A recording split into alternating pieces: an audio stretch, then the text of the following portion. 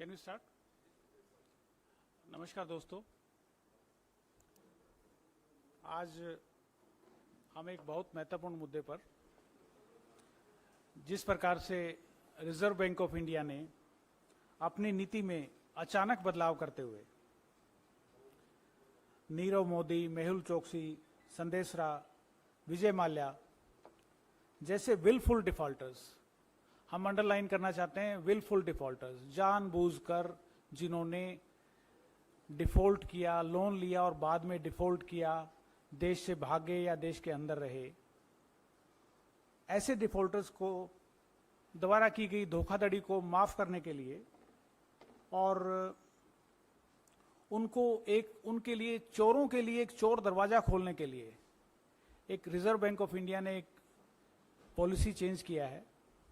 उस मुद्दे पर डिटेल्स में आपके सामने अमिताभ दुबे जी अपनी बात रखेंगे, उसके बाद हम आपके कोई क्वेश्चन रहेंगे। धन्यवाद। थैंक यू विनीत जी।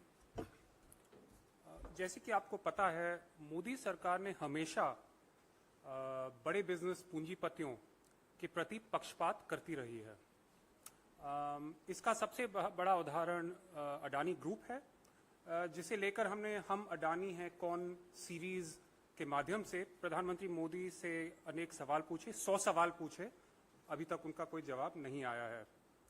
लेकिन जैसे विनीत जी ने आपको अभी बताया, एक RBI reserve bank of India की एक नई पॉलिसी आई है और उससे पता चला है हमें कि जानबूझकर ऋण न चुकाने वालों और धोखाधड़ी करने वालों यानी कि विलफुल डिफॉल्टर्स एंड फ्रॉडस्टर्स को एक मुक्ति का रास्ता दिखाया जा रहा है, उनको क्लीन चिट दिलाने का प्रयास किया जा रहा है।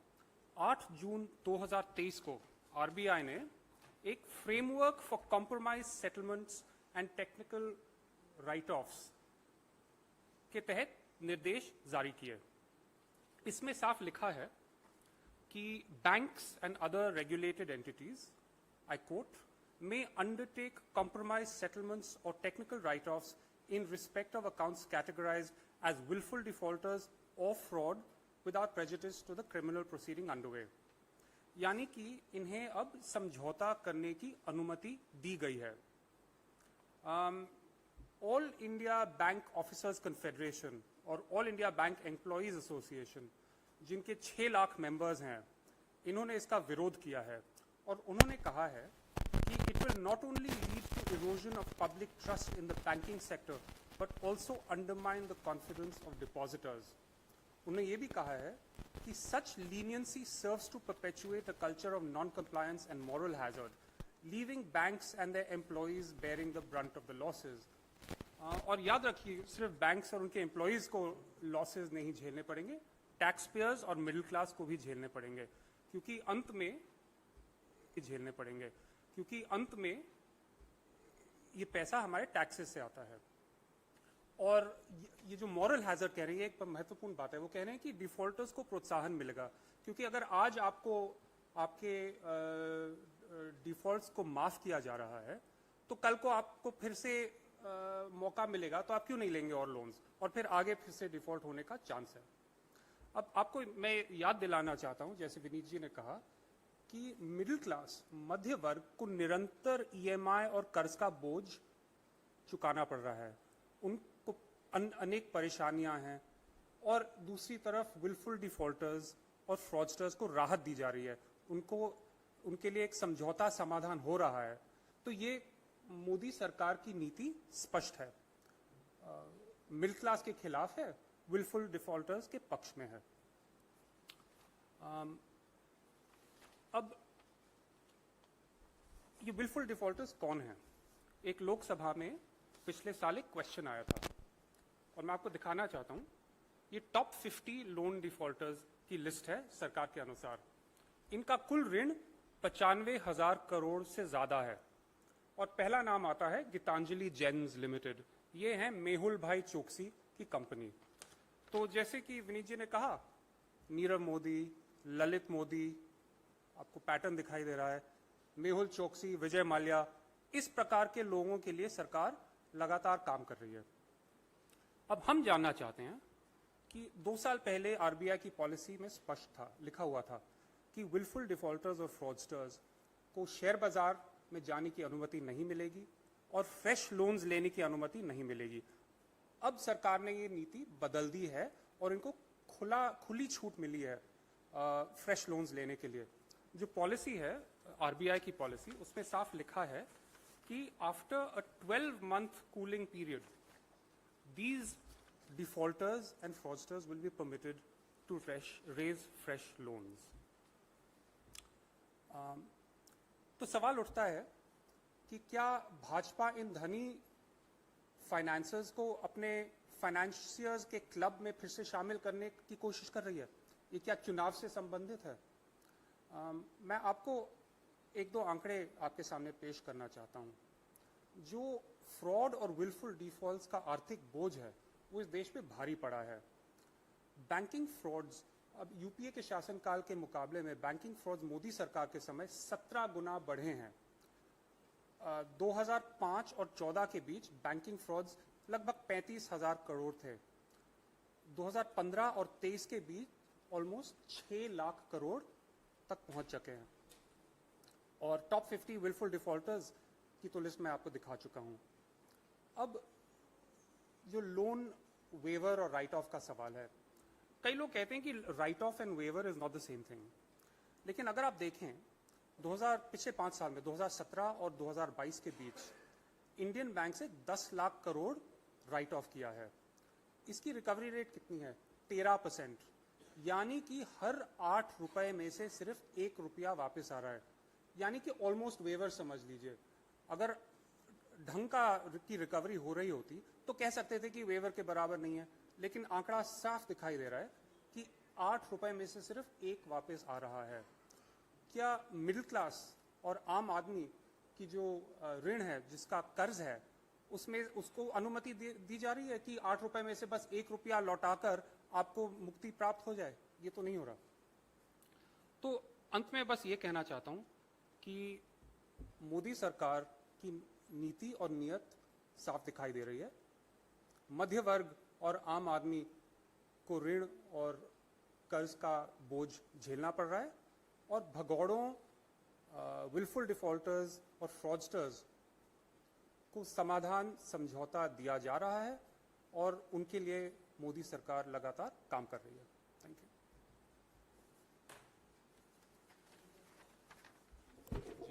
तो अमिताभ जी ने आपको बताया कि पिछले 9 साल में मोदी जी के कार्यकाल में एनपीए 365% बढ़ा है। 10 लाख करोड़ रुपए की राशि बट्टे खाते में डाली गई। टू बी प्रिसाइज 10,09,510 करोड़ रुपए की राशि बट्टे खाते में डाली गई, जिसमें से केवल 13% कर्ज वसूली हुई। खास बात यह है कि जानबूझकर ऋण चुकता नहीं करने के मामले जो यूपीए सरकार के समय में 23,000 करोड़ थे, वो आज 2,40,000 करोड़ पहुंच गए हैं।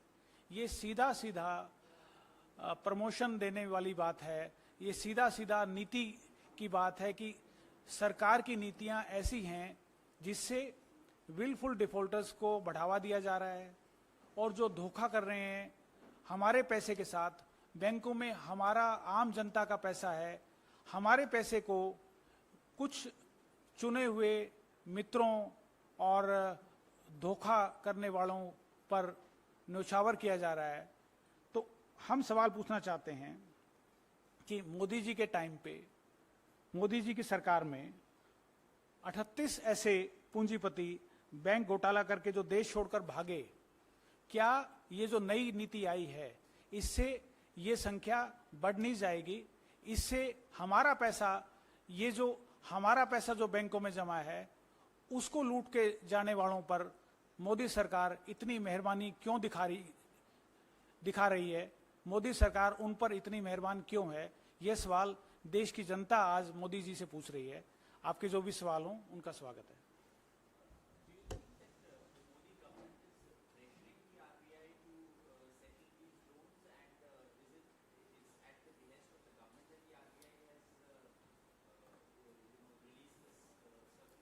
These are questions that the RBI and the government have to answer.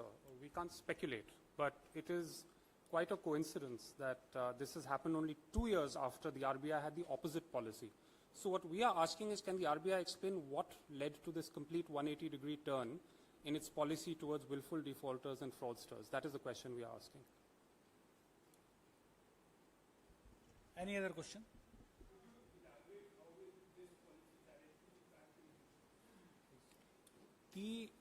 Well, in two ways. One is that the middle class currently has a huge EMI burden. They are not given any waivers, write-offs, discounts, and so on and so forth. In fact, when interest rates rise, the EMIs get extended even further.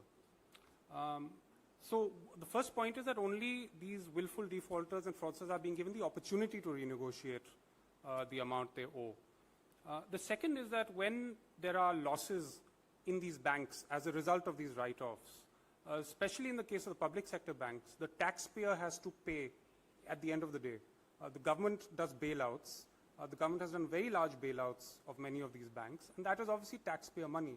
So in two ways, the middle class who is paying taxes is paying for these bailouts, and also they are being denied the opportunity that willful defaulters and fraudsters are being offered.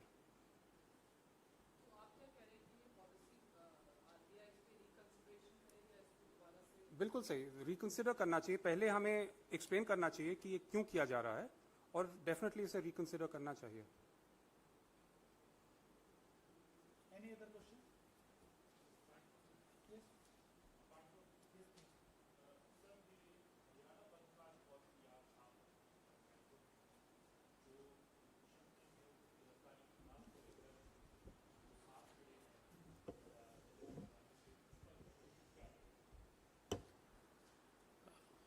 Modi सरकार बार बार बेटियों पर अत्याचार करने वालों के साथ जाकर खड़ी हो जाती है. ये कोई आज पहली बार नहीं हो रहा.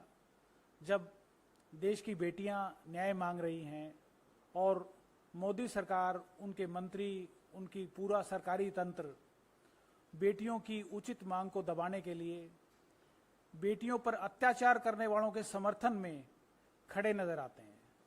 जो आज पिछले 2 महीने से हम देख रहे हैं, देश के मेडल विनर्स, देश की मेडल विनर बेटियां, जिन पर पूरे देश को नाज है, जो हमारे लिए गर्व का विषय हैं, उन पर, जिन पर पूरे देश को हर पिता ने ये चाहा कि मेरी बेटी ऐसी हो, विनेश फोगाट जैसी हो, मेरी बेटी साक्षी मलिक जैसी हो, उन बेटियों को न्याय मांगते हुए 2 महीने का समय हो गया. रादर पिछले 6 महीने से वो न्याय मांग रही हैं. 2 महीने से तो वो आंदोलन पे थी. दोबारा सरकार की उम्मीद ने कुछ उम्मीद जगाई कि न्याय मिलेगा, वो हटी.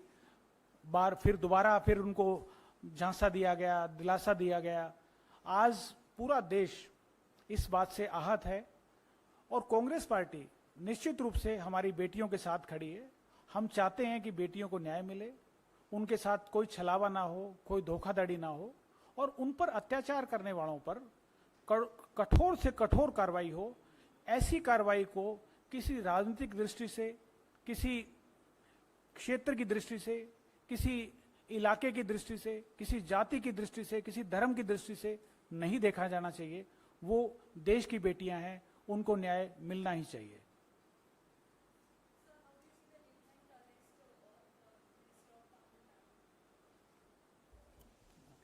This is part of a long-standing pattern of the Modi government, which is to use, or I should say misuse state agencies like ED, CBI and many others to harass their political opponents, to put them under pressure, and to ensure that there is no level playing field in Indian politics. So this is a long-standing pattern and we strongly condemn it. इसको मैं हिंदी में कहना चाहता हूँ. मोदी जी की सरकार की जो नीतियां हैं वो शुरू से ही एक सेट पैटर्न रहा है. रेड डालो, बदनाम करो, परेशान करो, केस करो, डिस्क्वालीफाई करो. ये जो आज जो तमिलनाडु में हो रहा है, ये पूरे देश का एक पैटर्न है. और ये खास तौर पर ये जो भी एजेंसीज हैं, जो भी संस्थान हैं, चाहे वो ईडी हो, सीबीआई हो, इनकम टैक्स हो, सब एजेंसीज का मिसयूज करके उनको इतना डिस्क्रेडिट कर दिया गया है कि आज कोई भी रेड होती है तो आम व्यक्ति, आम भारतीय उसका मतलब साफ निकालता है कि सिर्फ और सिर्फ सारी कार्रवाई सिर्फ और सिर्फ विपक्षी नेताओं पर होती हैं, कांग्रेस पर होती हैं, ऐसे लोगों पर होती हैं जो सरकार को नापसंद होते हैं, जो सरकार की किसी भी गलत आवाज को, किसी भी गलत स्टेप को निंदा करने की ताकत रखते हैं, हिम्मत रखते हैं। ऐसे लोगों पर ही कार्रवाई क्यों होती है?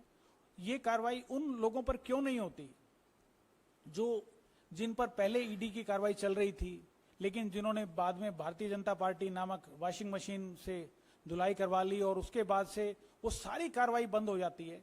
ये एक पैटर्न है जो पूरा देश देख रहा है और हम कहना चाहते हैं कि मोदी जी, भारत की एक महान परंपरा रही है, हमने हमेशा हमारे देश में इस तरह की कार्रवाई के लिए पक्ष विपक्ष कभी नहीं देखा जाता था। ये हमारे पड़ोसी देशों में जरूर होता था कि जिसकी सरकार जाती थी वो जेल में भी जाता था, वो देश छोड़ के उसको भगा दिया जाता था या उसको भागना पड़ता था या उसके खिलाफ इस तरह की कार्रवाई होती थी जो आज हम देख रहे हैं। बहुत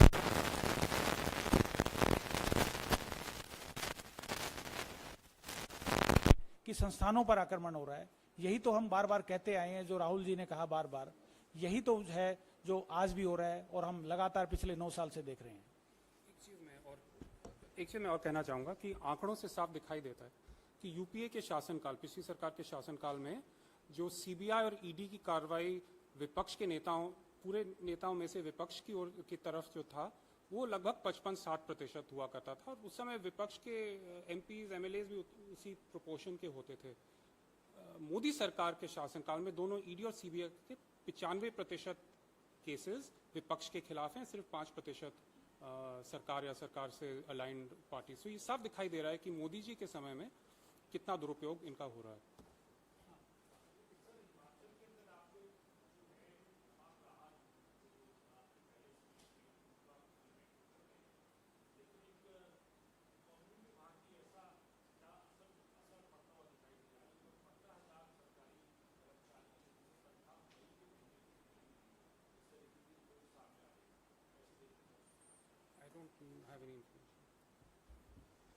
देखिए, इस मामले पर हमारे पास डिटेल्स नहीं है कि आप जो बोल रहे हैं वो कितना तथ्यात्मक है, कितना नहीं है, लेकिन एक बात हम निश्चित रूप से कह सकते हैं कि भारतीय जनता पार्टी की पॉलिसी है कि जब जनता को राहत दी जाए, उसको ये फ्रीबीज बोलते हैं, उस पर इनको आपत्ति होती है।